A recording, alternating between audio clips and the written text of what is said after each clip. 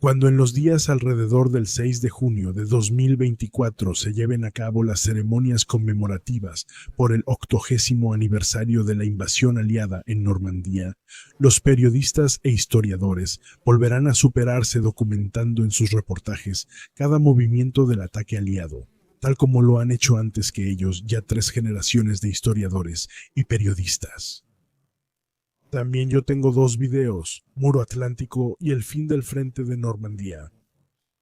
Pero, ¿quién sabe todo lo que sucedió tras bambalinas en Alemania en los meses previos al desembarco y cómo actuaron los 2 protagonistas responsables de la defensa contra la invasión?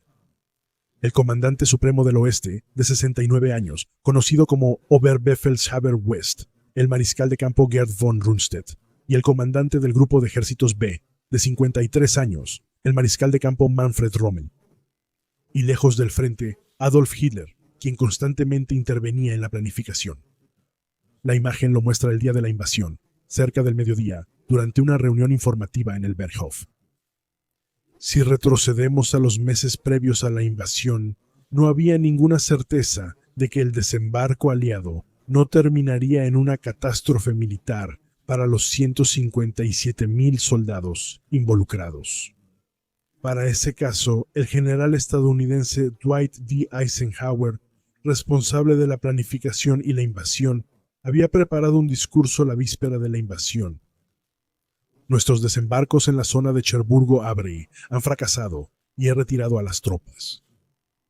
Mi decisión de atacar en este momento y en este lugar se basó en la mejor información disponible. Las tropas, la Fuerza Aérea y la Marina han hecho todo lo posible en cuanto a valentía y cumplimiento del deber. Si hay alguna culpa relacionada con este intento, recae únicamente en mí. Eisenhower, quien en la planificación siempre tuvo que considerar especialmente al mariscal de campo británico Bernard Montgomery, asumió que las divisiones blindadas alemanas lucharían con dureza, pero que los aliados aún así lograrían salir de su cabeza de puente.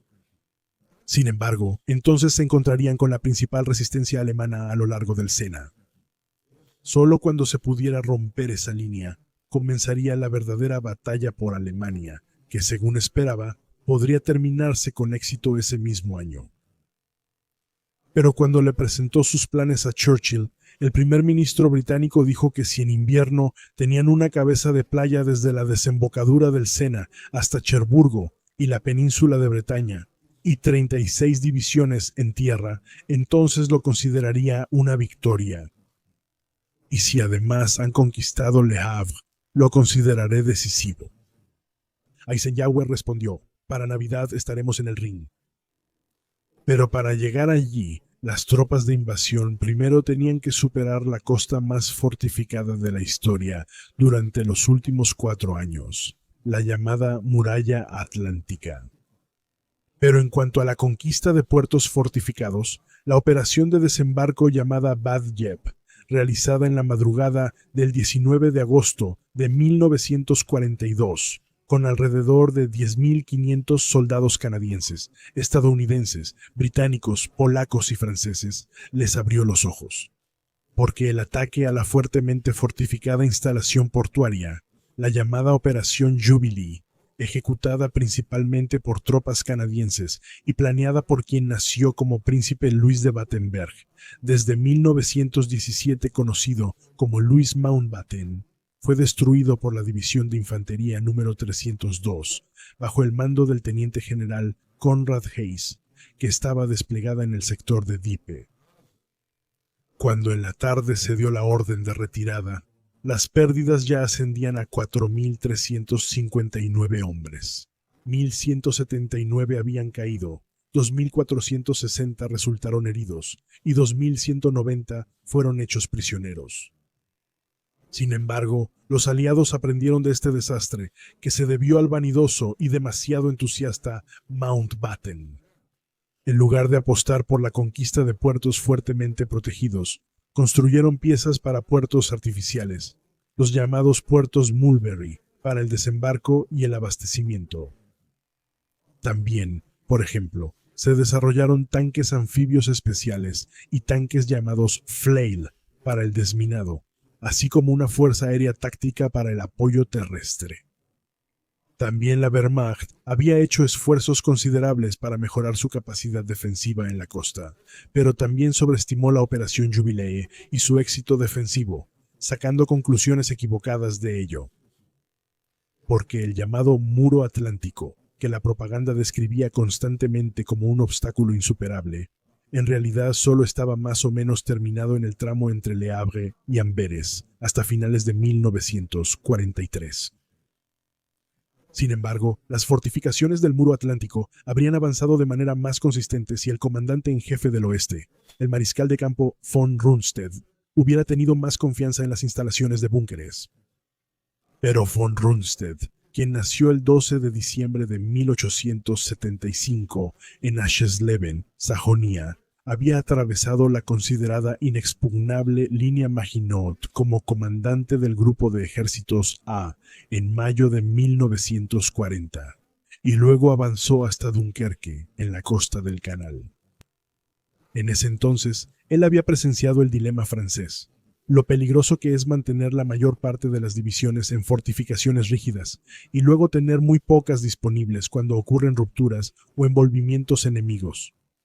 Ahora, cuando la orden de von Rundstedt era mantener una posición defensiva, quería evitar a toda costa el error que resultó tan fatal para Francia, y a principios de 1944 comentó a un periodista: «Nosotros los alemanes no caemos en el espíritu cansado de la Maginot». Pero como soldado experimentado, también sabía que sería imposible defender alrededor de 1.150 kilómetros de costa atlántica y, de Cerbère a Menton, 500 kilómetros de costa mediterránea.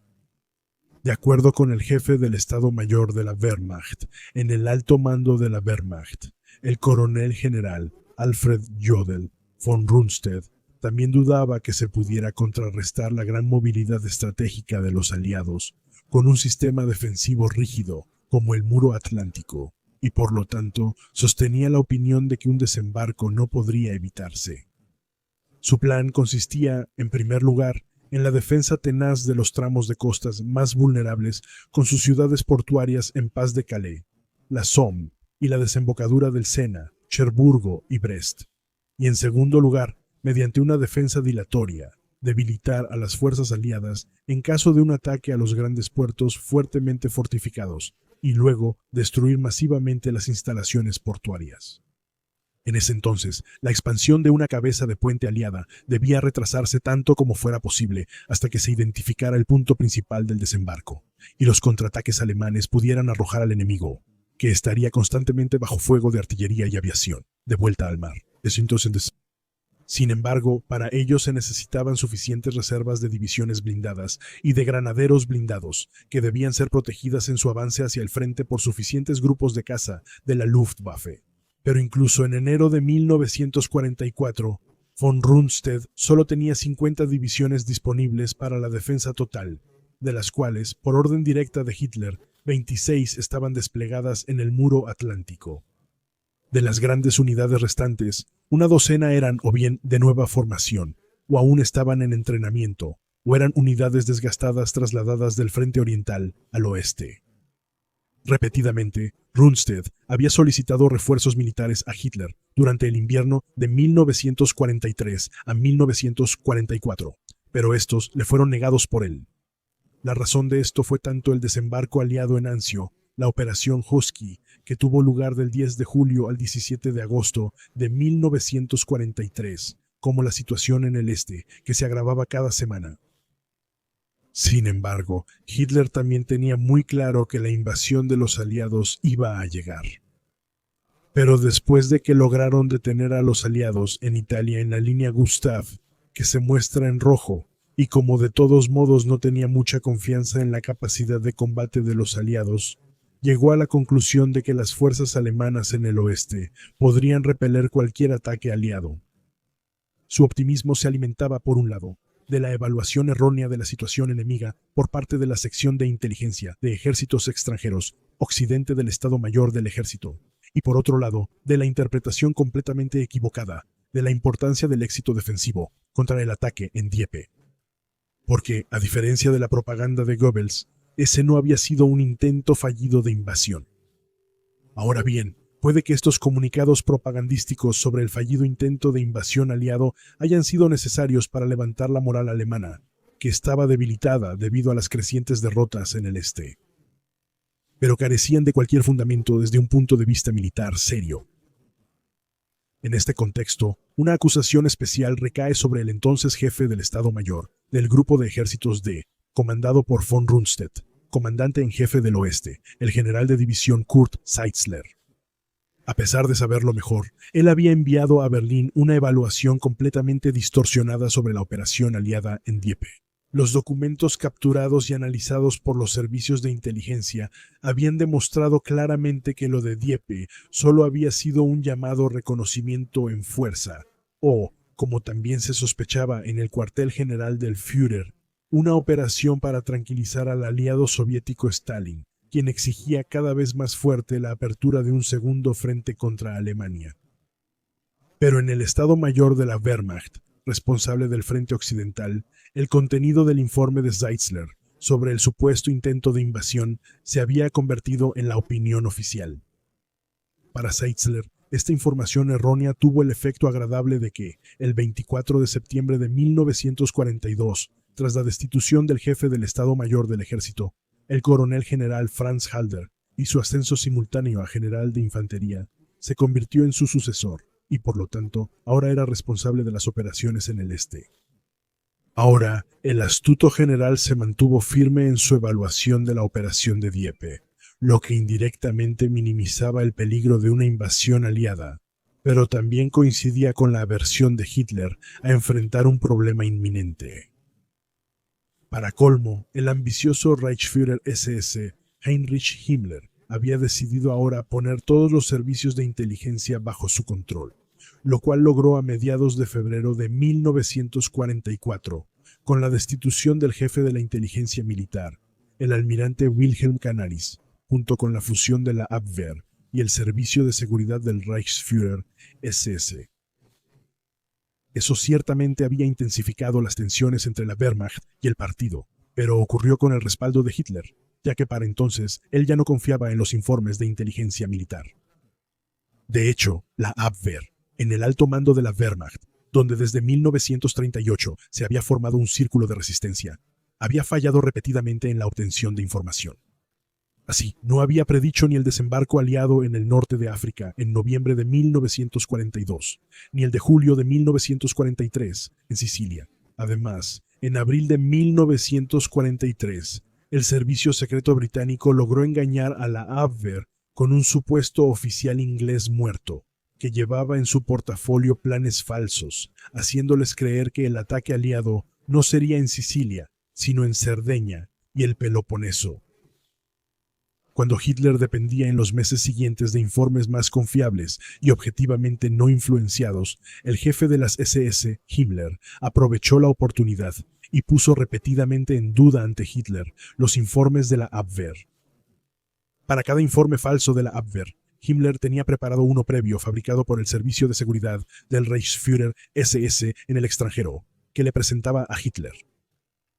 Y como el Servicio de Seguridad del Reichsführer SS sabía que Hitler quería ver confirmada su propia evaluación de la situación en los informes de inteligencia, aunque no correspondiera a los hechos, el Servicio de Seguridad del Reichsführer SS describía persistentemente la situación en Occidente en los términos más optimistas, junto con representaciones falsas de la fuerza aliada y su preparación.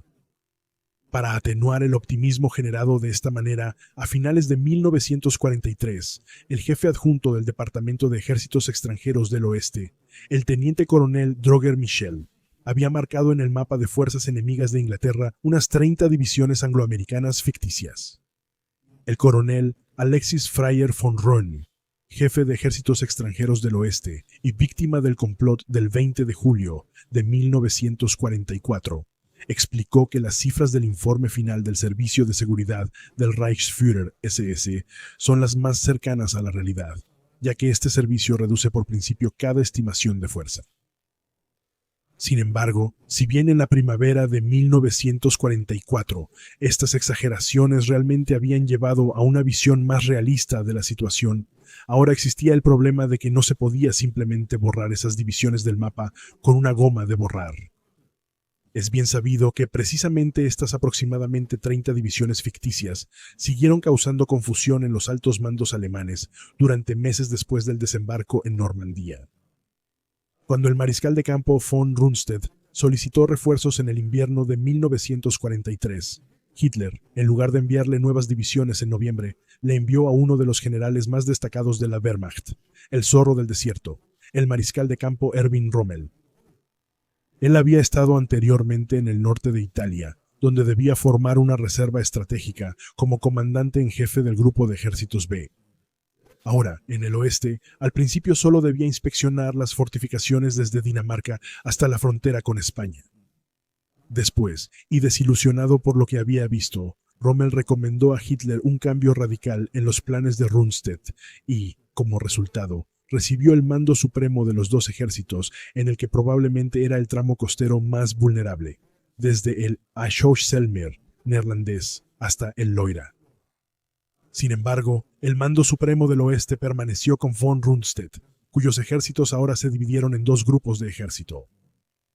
El grupo de ejércitos B, bajo el mariscal de campo Rommel, con el 88 Cuerpo en Holanda, bajo el general de infantería Hans Wolfgang Reinhardt, y el 15O ejército, desde Amberes hasta el Orne, bajo el coronel general Hans von Salmuth, y el séptimo ejército desde el Orne hasta el Loira, bajo el coronel general Friedrich Dollmann, con el grupo de ejércitos G, bajo el coronel general Johannes Blaskowitz, con el primero O ejército en la costa de Vizcaya hasta el 30 de abril de 1944, bajo Blaskowitz, después bajo el general de tropas blindadas Joachim Lemelsen, y en la costa mediterránea el 19 O ejército, bajo el general de infantería Georg von Sodenster.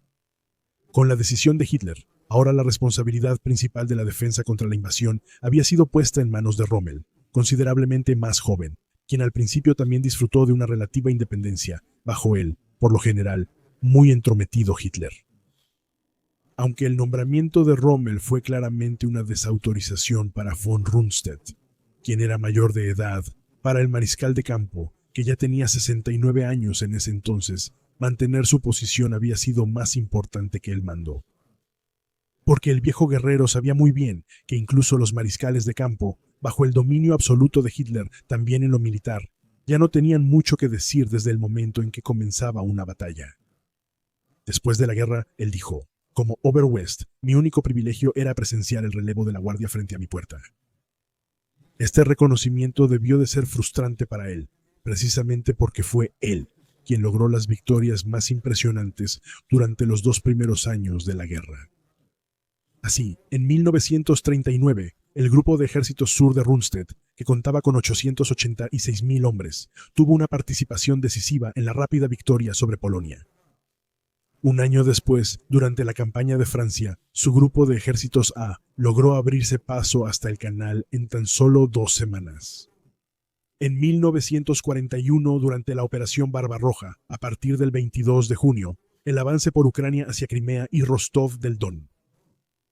Pero cuando, ante un fuerte contraataque ruso contra su flanco sur, a finales de noviembre de 1941, durante la llamada crisis de invierno, le dijo a Hitler que era imprescindible una retirada táctica de las tropas. Hitler prohibió categóricamente cualquier movimiento hacia atrás, por lo que Rundstedt pidió su retiro, y el 1 de diciembre fue reemplazado por el mariscal de campo von Reichenau. Sin embargo, debido a la fuerte presión soviética, él tuvo que implementar exactamente las medidas que Rundstedt había recomendado. Pero la oposición de Rundstedt a Hitler aumentó su prestigio y le dio la reputación de independencia interna y coraje moral, especialmente porque solo unas semanas después fue nombrado comandante en jefe del oeste, cuyo 302 División de Infantería, como ya se mencionó, había liquidado la operación de comando británico-canadiense Bad Yep. Pero ahora, en 1944, Rundstedt en Francia no era más que una figura decorativa. y Hitler lo consideraba así de manera muy consciente. Rundstedt era el oficial de mayor antigüedad en el cuerpo de oficiales y el único mariscal de campo que nunca había perdido una batalla. En las derrotas del Frente Oriental, él no había estado involucrado debido a su especie de renuncia en noviembre de 1941. De eso aún se beneficiaba su prestigio, aunque prácticamente se había rebajado a revocar su renuncia y asumir el mando supremo del oeste. Pero viéndolo de manera realista, con eso también había cedido su autoridad de mando a Hitler, quien desde diciembre de 1941 determinaba todo. Pero para él, la fuerza de Rundstedt residía en que, por su mera presencia en el alto mando, supuestamente aprobaba su política, aunque en realidad el mariscal de campo coincidía con ella solo en pocos aspectos. No obstante, Rundstedt seguía siendo considerado en el ejército como el representante del pensamiento militar sensato y de la integridad soldadesca. Pero si se consideran objetivamente todos los hechos disponibles, se llega al siguiente resultado. En 1944, Rundstedt ya había pasado su apogeo. Su energía mental ya se había perdido hacía mucho tiempo. En resumen, se había vuelto viejo, lento y agotado. A esto se sumaba una fuerte dependencia del alcohol, sin el cual ya no podía dormir. Por eso era comprensible que prefiriera residir cómodamente desde hacía 18 meses en su elegante cuartel general, el castillo de Saint-Germain-en-Laye, a unos 20 kilómetros al oeste de París, y dejar el trabajo a su enérgico jefe de Estado Mayor, el teniente general Günther Blumentritt. Ahora, con casi 70 años, von Rundstedt se había convertido en una personalidad de estricta e impresionante dignidad, además de ser frío y reservado hacia el exterior, y casi imposible de alterar. Pero todo eso contrastaba fuertemente con el temerario y temperamental suavo Rommel. Cuando von Rundstedt abordaba un problema militar, lo hacía de manera firme y clara. Sin embargo, también tendía a juzgar una situación como típica, sin examinar sus particularidades, y luego aplicaba soluciones de manual ya aprobadas. Este método, combinado con su experiencia y precisión, casi siempre lo había llevado al éxito cuando aún estaba en pleno uso de sus facultades mentales. Pero esta inflexibilidad en la acción decidida, un componente importante de la formación del Estado Mayor prusiano, también provoca, como es sabido, cierta rigidez en el pensamiento, y, como en el caso de Rundstedt, una falta de imaginación. Eso había llevado, por cierto, un fenómeno que se observa en muchos comandantes militares alemanes de ambas guerras mundiales, a que él percibiera los problemas de manera convencional e inmediata, pero también asumiera que el enemigo actuaría de la misma forma. Aquí hay un ejemplo. Cuando Rundstedt, quien en 1940 estaba designado como comandante supremo en caso de una invasión a Gran Bretaña, elaboró el plan para el desembarco, la llamada Operación León Marino. En ese entonces, la debilidad tanto de la Luftwaffe alemana como de la Marina de Guerra lo obligó a limitarse a preparar un ataque frontal por el tramo más estrecho del canal. 3 años después, aplicó sus consideraciones de aquel entonces de manera inversa y concluyó que el ataque de desembarco aliado también se llevaría a cabo por el estrecho de Dover. En cuanto al mariscal de campo Rommel, nacido el 15 de noviembre de 1891 en Heidenheim an der Brenz, Württemberg, a diferencia de Rundstedt, él suponía que los aliados desembarcarían en la desembocadura del Somme para luego tomar el importante puerto de Havre desde tierra firme. Pero aunque esta diferencia de opinión con Rundstedt, quien consideraba el paso de Calais como el punto principal, era por el momento solo de naturaleza hipotética, la imaginación de Rommel, que a menudo iba en contra de los métodos convencionales, solía provocar la oposición de sus compañeros generales, incluso de Rundstedt. El hecho era que la mayoría de los generales siempre habían sido escépticos respecto a las habilidades de Rommel, e incluso a veces sentían celos de su prominencia, la cual era fomentada tanto por él mismo como por el ministro de propaganda Goebbels.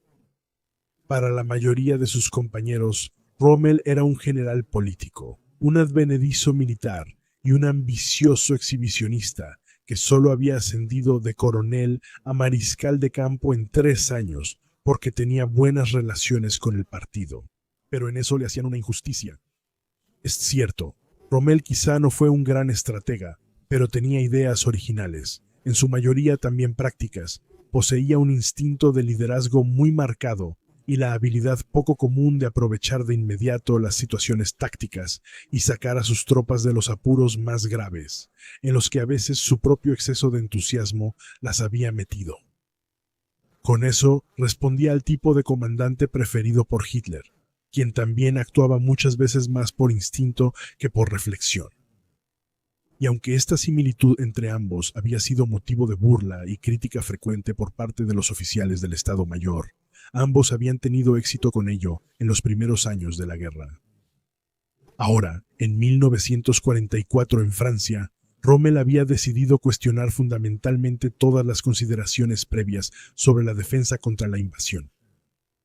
En su opinión, no sería suficiente convertir solo los puertos en fortalezas. Si se pudiera rechazar la invasión, solo podría lograrse directamente en la playa.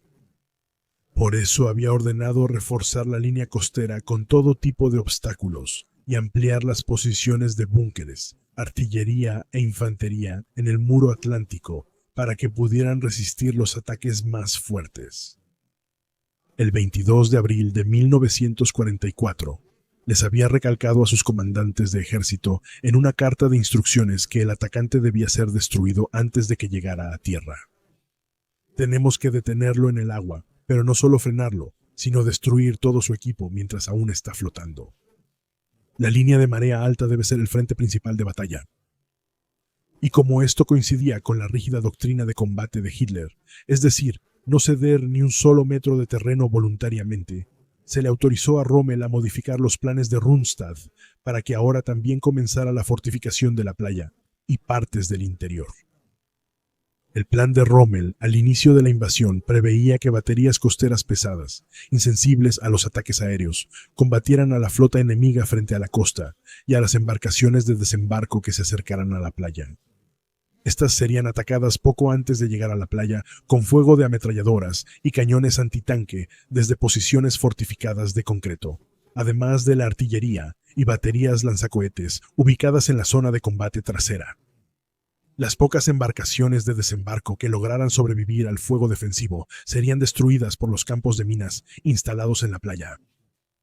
Otros campos de minas y barreras masivas de alambre de púas en la línea costera, así como lanzallamas alimentados por tuberías de petróleo en las dunas, retrasan el avance enemigo y le causan más bajas.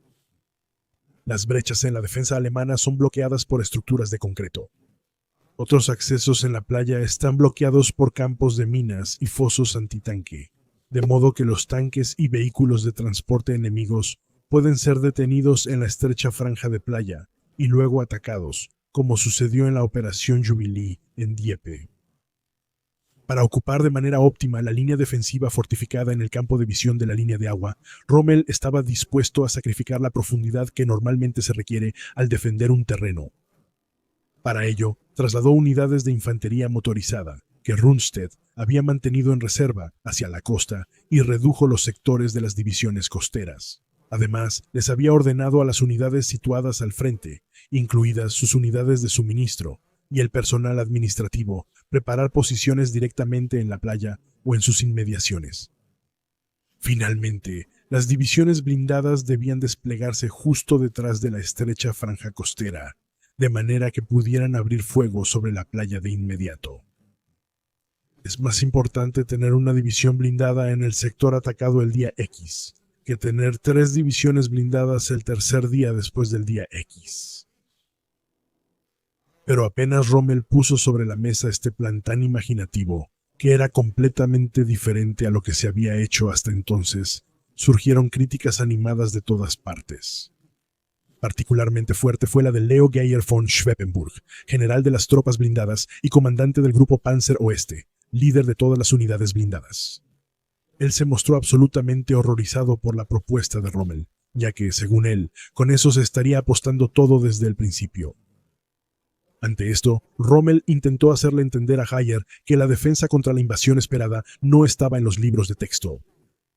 Y también las objeciones habituales a favor de una defensa en profundidad no serían válidas, ya que los aliados primero tendrían que desembarcar todo antes de poder avanzar hacia el interior del país. Por lo tanto, no era necesario mantener fuertes reservas muy atrás, ya que de todos modos no podrían llegar a tiempo a la cabeza de playa, porque debido a la gran superioridad aérea enemiga, solo podrían marchar de noche. Rommel estaba dominado, por encima de cualquier otra consideración, por la idea de oponer desde el primer día toda la fuerza defensiva concentrada posible a las fuerzas invasoras que aún no se habían consolidado. De ahí su lema: las primeras 24 horas serán decisivas.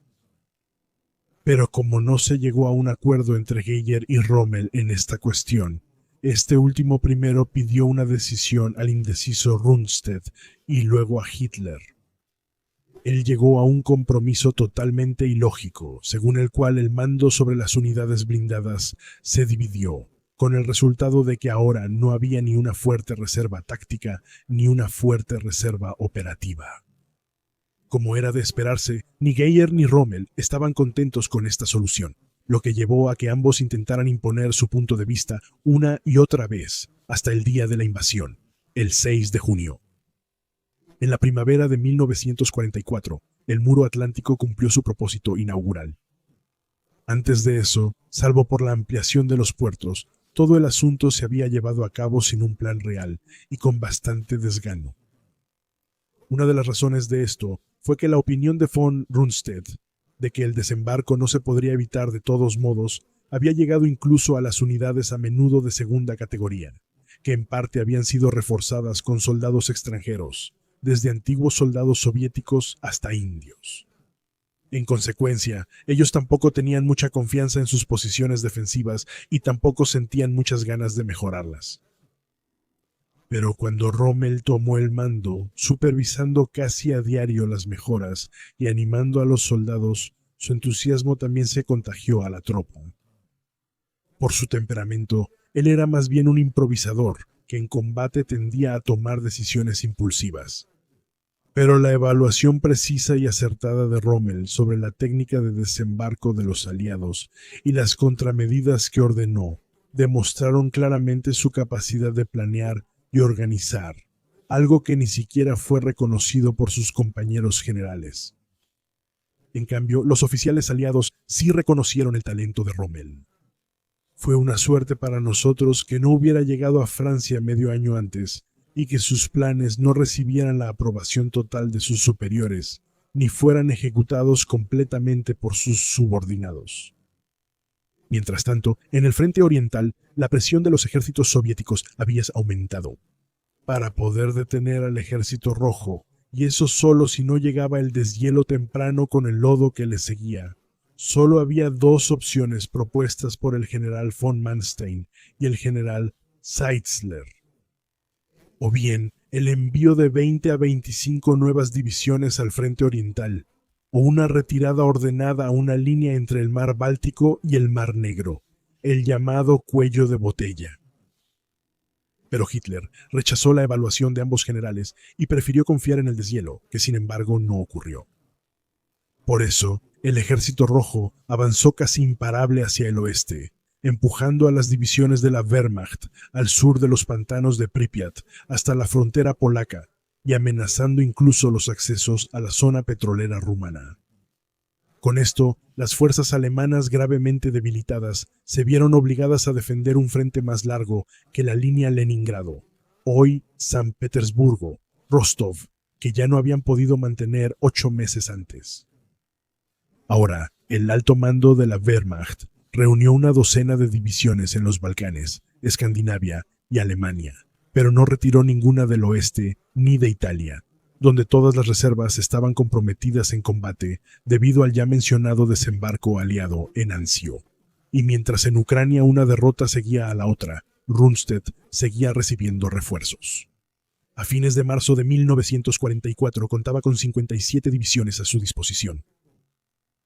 Este proceso, que no es fácil de entender, fue comentado el 2 de abril de 1944 por el general de brigada británico Edgar Trevor Williams, quien en ese entonces era jefe de la sección de inteligencia del mariscal británico Montgomery, de la siguiente manera: por el momento, parece que el enemigo está aceptando más y graves catástrofes en el este para asegurarse una buena oportunidad en el oeste. Militarmente es un juego extraño, pero en caso de que la decisión militar pudiera resultar exitosa para nosotros, tendría sentido político por la perspectiva de una paz de compromiso. En resumen, un Stalingrado tras otro con la esperanza de lograr un solo Dunkerque. A medida que se acercaba el día de la Operación Overlord, como los aliados llamaban a su operación, los servicios de inteligencia aliados occidentales vigilaban cada vez más de cerca los movimientos de las tropas alemanas en Francia. Y mientras Goebbels seguía anunciando por radio que no era necesario cambiar en ningún punto decisivo la planificación estratégica debido al avance ruso, en abril 4 de las mejores divisiones de Rundstedt habían sido enviadas a Polonia. La 9ª División SS Hohenstaufen, bajo el mando del Gruppenführer Wilhelm Dietrich, la 10ª División Panzer SS Frundsberg, bajo el mando del Brigadeführer Heinz Hammel, la 349, División de Infantería, bajo el mando del general de infantería Otto Lasch, que fue destruida en el oeste de Ucrania solo 2 meses después, y la especialmente fuerte División Panzerlehr, bajo el mando del general Oberst Fritz Bayerlein. Este considerable desplazamiento de fuerzas había mostrado toda la magnitud de la derrota en el este y había reforzado la sospecha de los angloamericanos de que Hitler ya no disponía de reservas estratégicas y no podía prescindir de divisiones en ningún otro frente. Pero eso también significaba que la Wehrmacht ya no podía mantener a raya a un enemigo mientras combatía al otro, con la consecuencia de que ahora los diferentes frentes se habían convertido en uno solo, y los aliados podían beneficiarse de las ofensivas del otro. Tras ceder 3 de las 7 divisiones blindadas, la capacidad de combate de Rundstedt era la más débil desde mediados de 1943. Pero después de que finalmente llegó el deshielo esperado en el frente oriental y todos los movimientos de amigos y enemigos quedaron atascados en el lodo, las unidades de Rundstedt volvieron a tener la fuerza que tenían en marzo de 1944. Ahora había 60 divisiones en el oeste. Eso era más que antes, pero todavía 10 menos de lo que Rundstedt había exigido como mínimo absoluto. Pero aunque las 2 divisiones blindadas SS, la 9 y la 10, se quedaron en Polonia incluso después de que comenzara el deshielo, al menos la poderosa división Panzerlehr fue trasladada de regreso a Francia, junto con otras 4 divisiones blindadas que habían sido duramente golpeadas en el frente oriental. La supuestamente mejor de las 4 era la 1ª División Panzer SS Leibstandarte, bajo el mando del Brigadeführer Teodoro Wisch. Pero había sido tan diezmada por los combates anteriores que primero tuvo que ser reconstituida en Bélgica.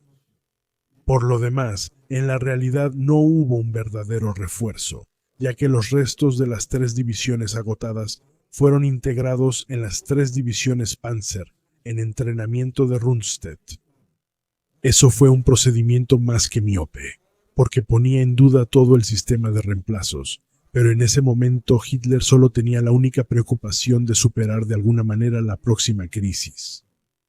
Y como se observó tan a menudo en la última fase de la Segunda Guerra Mundial, también esta vez en el mapa de situación del cuartel general del Führer aparecieron considerablemente aumentadas las unidades disponibles para defenderse de la invasión, aunque en realidad solo se trataba de una acumulación de símbolos tácticos de grandes unidades que, en cuanto a su capacidad de combate, en parte ya solo eran una sombra de lo que fueron antes. Pero como el ejército rojo seguía presionando y los combates en el frente italiano habían vuelto a estallar, había pocas esperanzas de que Rundstedt recibiera más refuerzos antes de mediados del verano. Mientras más se acercaba la fecha de la invasión, más rigurosamente Gran Bretaña había reforzado sus medidas de seguridad. Además de las restricciones drásticas, donde incluso la valija diplomática estaba sujeta a censura, en abril se había cerrado a todos los visitantes una franja costera de 200 kilómetros frente a Francia y a ambos lados del Firth of Forth. En la región de Dover se encontraban ahora incontables tanques y aviones en grandes áreas de almacenamiento. Sin embargo, todo eso eran simples réplicas de goma inofensivas para engañar al servicio secreto alemán. Cuando Hitler se enteró de esto en el Berghof, pensó que las medidas inglesas eran un farol, ya que, según él, no se haría tanto teatro si realmente se estuviera planeando una operación decisiva. Pero lo que él consideraba un farol era en realidad un sistema finamente orquestado por el servicio secreto británico para engañar estratégicamente a Alemania, con la esperanza de mantener a cientos de miles de soldados alemanes entre Le Havre y Anvers, inactivos el mayor tiempo posible hasta que la batalla en Normandía estuviera ganada. Y como se pudo ver desde el inicio de la invasión el 6 de junio, la estrategia británica había dado frutos. Porque tanto Rundstedt como el Estado Mayor de la Wehrmacht habían llegado a la conclusión de que, con toda probabilidad, el ataque se dirigiría contra la costa del Pas de Calais francés, en el punto más estrecho del canal, y que Normandía, en todo caso, solo sería un objetivo de distracción. Porque desde el Pas de Calais también sería el camino más fácil hacia la región del Ruhr y el Rin. A partir de estas consideraciones, el Pas de Calais se convirtió prácticamente en una idea fija, y una vez más, el mando alemán cometió el error de asumir que su importancia para ellos era la misma que para los aliados. Y como tantas veces antes, también esta vez los oficiales de inteligencia alemanes no pudieron sacar provecho de la infinidad de informaciones conocidas, ya que los oficiales de contrainteligencia, suponiendo que no hubiera intención, a menudo abordaban el asunto solo con un pensamiento rutinario y sin imaginación. Además, los británicos habían estacionado un cuarto ejército ficticio en el castillo de Edimburgo, y los estadounidenses incluso un grupo de ejércitos que solo existía en el papel, dirigido por el prominente general George S. Patton, cuyos falsos destacamentos transmitían desde sus supuestas ubicaciones en Inglaterra todo lo posible por radio, lo que sugería a la contrainteligencia alemana que el primer ejército canadiense y el tercer ejército estadounidense formarían la punta de lanza del ataque en el Pas de Calais. Y como constató el servicio de inteligencia aliado de manera casi increíble, no había indicios de que el mando de la Wehrmacht considerara una invasión en Normandía, entre Havre y Cherburgo, en sus planes. Pero luego, los británicos descubrieron mediante reconocimiento aéreo y reportes de la resistencia francesa que, en la primera semana de mayo, había un intenso tráfico ferroviario entre el Sena y el Loira. Además, la Wehrmacht había reagrupado sus fuerzas y aparentemente había hecho de Normandía su punto focal. Poco después, también se informó que la 21ª División Panzer, bajo el mando del general de división Edgar Feuchtinger, de carácter dudoso, había sido trasladada de Rennes, en Bretaña, a la zona de Cambrai, cerca del sector donde debía desembarcar el segundo ejército británico. Y además, que la división Panzer Lehr, después de su regreso de Hungría, no había vuelto a su antigua ubicación cerca de Verdun, sino que se había trasladado a la zona de Le Mans, es decir, a solo un día de marcha de Caen. Estos hallazgos eran aún más importantes, ya que en esas zonas nunca antes se habían estacionado divisiones blindadas. Y si hasta ese momento la única reserva había sido una división blindada de las SS, ahora Rundstedt tenía a su disposición 3 divisiones blindadas bien equipadas entre el Sena y el Loira. Esto reforzó la sospecha de los aliados de que el mando militar alemán sí se había enterado de los planes de invasión, o al menos los sospechaba.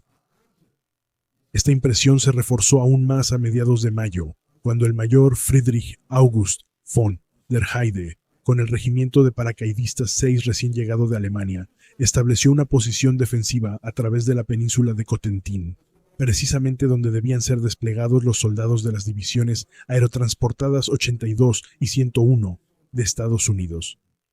Y al mismo tiempo, la resistencia había informado sobre el traslado de la 5ª División de Paracaidistas bajo el mando del teniente general Gustav Wilke a Rennes, y que ahora también la 17ª División Panzer SS Götz von Berlichingen y el brigadista Werner Ostendorf estaban a punto de marchar hacia Normandía.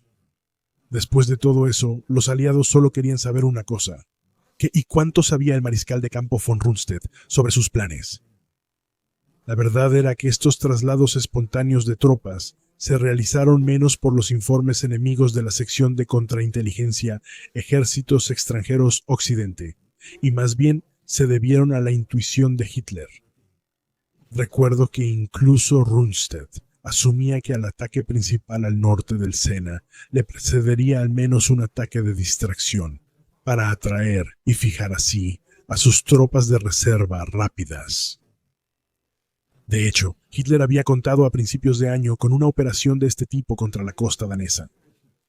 Pero luego le preocupó la posibilidad de un doble ataque en la costa de Vizcaya y la costa mediterránea, preocupación que también compartía Rundstedt.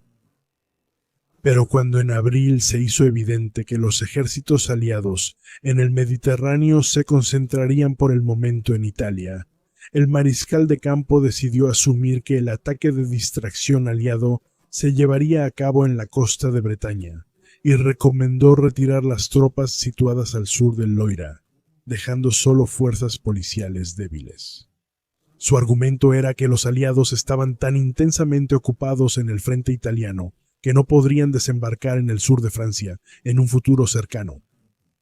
Por lo tanto, la mayor parte de las fuerzas alemanas en el oeste debía concentrarse en el canal para mostrar a las fuerzas aliadas que se encontraban en el sur de Inglaterra que estaban perfectamente preparados para defenderse. Desde un punto de vista puramente militar, eso no era incorrecto en principio, pero Hitler lo rechazó de inmediato. Él sabía que retirar las tropas de ocupación de los territorios ocupados tendría consecuencias políticas devastadoras para toda Europa. A esto se sumaba que precisamente al sur de Limoges y Lyon, el Marqués, mayoritariamente comunista y el grupo más peligroso de la resistencia francesa, era el más fuerte.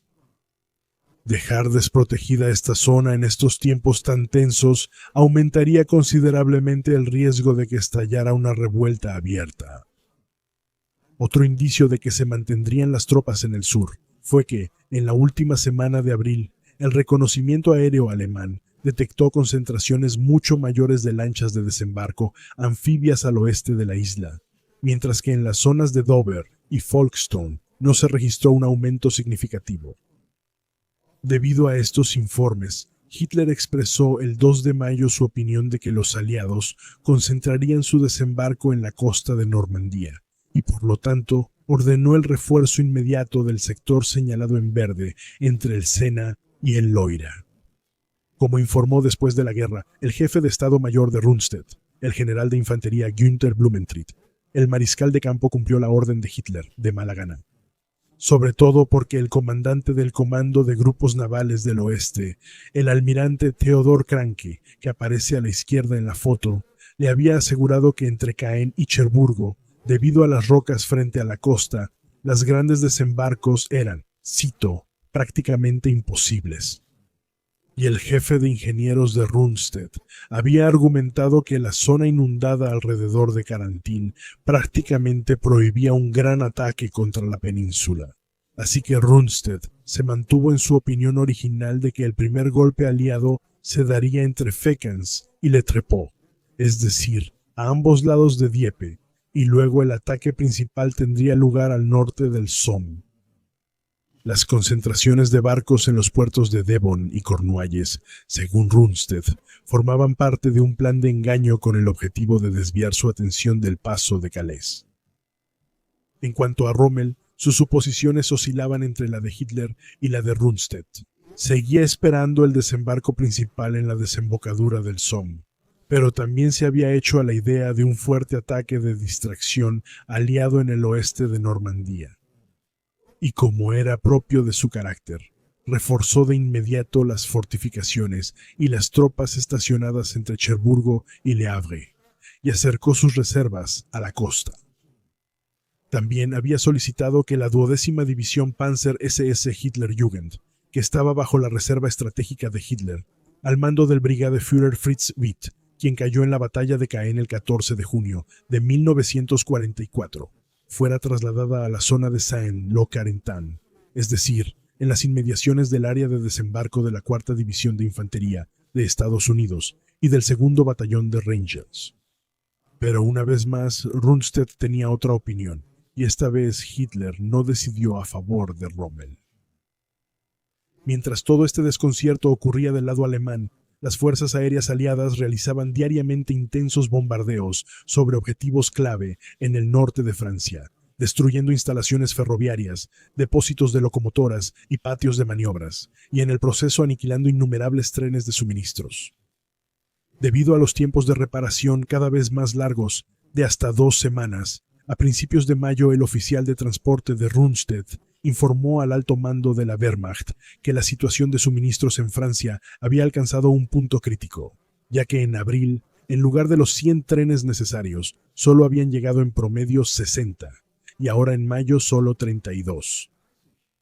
Hasta el 5 de junio, el día anterior a la invasión, los bombardeos angloamericanos se intensificaron aún más, y ahora los ataques se dirigían contra las redes de carreteras y los puntos de suministro.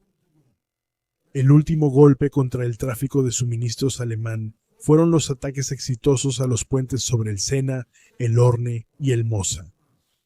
El 5 de junio, de los 24 puentes entre París y el mar, 18 habían sido destruidos, 3 tuvieron que ser cerrados para reparaciones, y los otros 3 estaban sometidos a ataques aéreos tan intensos que solo podían usarse para movimientos importantes durante la noche.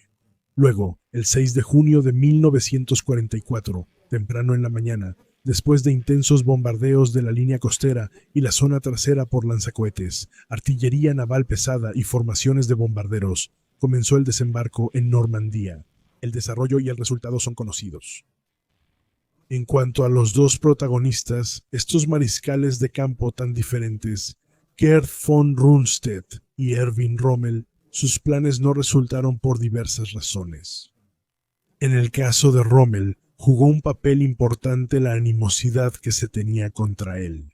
La mayoría de sus ideas poco ortodoxas habían sido rechazadas por la mayoría de sus compañeros, muchas de ellas también por el mariscal de campo von Rundstedt. Si la idea de Rommel de estacionar divisiones blindadas directamente detrás de la costa se hubiera llevado a cabo, la expulsión de la Wehrmacht de Francia por parte de los aliados habría sido considerablemente más difícil, si no es que incluso imposible. O ni siquiera habrían desembarcado en Normandía. Cuando el jefe meteorólogo de Rundstedt dijo el 5 de junio que, debido al clima tormentoso en el canal, un desembarco era poco probable durante 2 semanas, oficiales de alto rango del frente de Normandía se habían ido a un ejercicio de simulación. Y eso, a pesar de que la radio había interceptado anuncios de invasión para el 6 de junio dirigidos a la resistencia francesa. Incluso Rommel había dejado Francia el 5 de junio para celebrar el 50º cumpleaños de su esposa en su ciudad natal de Herrlingen. No regresó al frente hasta el 6, alrededor de las 22 horas. Su superior y rival, el mariscal de campo Rundstedt, que ciertamente no era amigo de Rommel como a veces se ha escrito, criticó abiertamente a Hitler poco después del inicio de la invasión y ante la abrumadora superioridad numérica de las fuerzas aéreas aliadas. Cuando en una conversación con el alto mando de la Wehrmacht, el jefe mariscal de campo Wilhelm Keitel exigió literalmente «¡Terminen la guerra, idiotas!». Fue relevado de su cargo como comandante en jefe del oeste el 2 de julio de 1944. Pero a principios de septiembre fue reinstalado como comandante en jefe del oeste. En diciembre dirigió la ofensiva de las Ardenas, que fracasó en enero de 1945, para luego ser destituido definitivamente el 7 de marzo. El 2 de mayo, Rundstedt fue hecho prisionero junto con su hijo hasta su liberación por motivos de salud en mayo de 1949. Falleció el 24 de febrero de 1953, a los 77 años en Hannover. El mariscal de campo von Rommel no sobrevivió al final de la guerra. El 17 de julio fue gravemente herido en Normandía durante un ataque aéreo a baja altura. Después de haber renunciado a su mando supremo sobre el grupo de ejércitos, se quedó en su casa en Herrlingen para recuperarse. Después de que se le relacionara indirectamente con el fallido atentado contra Hitler del 20 de julio, el 14 de octubre, 2 generales enviados por Hitler lo confrontaron en su casa y le dieron la alternativa de suicidarse o enfrentarse al tribunal popular. Aunque el que fuera el general favorito de Hitler, Estaba convencido de que se trataba de una intriga. Finalmente se quitó la vida con una cápsula de cianuro que los generales habían traído. Así pasa la gloria del mundo, así se desvanece la fama del mundo.